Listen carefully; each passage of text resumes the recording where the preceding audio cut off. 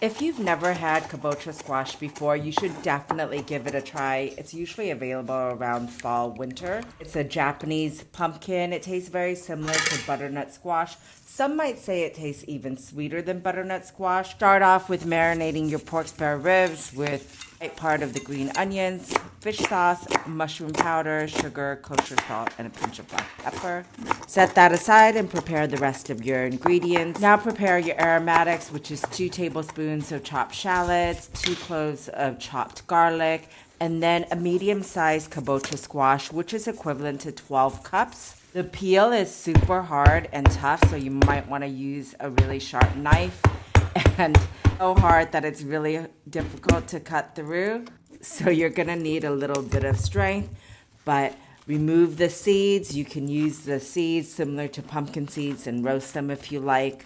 And cut this into 1 to 2 inch pieces. Even though the squash is really hard, once you cook it, it's going to soften and have a very nice velvety feel to it. In a pot that's at least 7 quarts, add cooking oil. I like to use avocado oil. Then add your aromatics, and if you feel like it's kind of dry, add more oil. Then saute it for a minute. Then add your pork spare ribs. Stir fry it for a minute, and then add the rest of your ingredients, which are the cut up kabocha squash.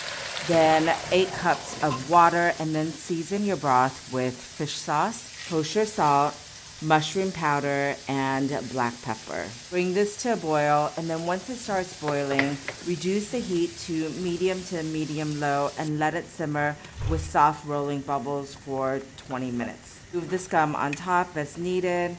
Then you are ready to serve. What I love about this soup is it's literally ready in less than 30 minutes, but packed full of flavor. And the pork sweetens the broth and gives it such a nice flavor, and it literally falls off the bone as it's so tender.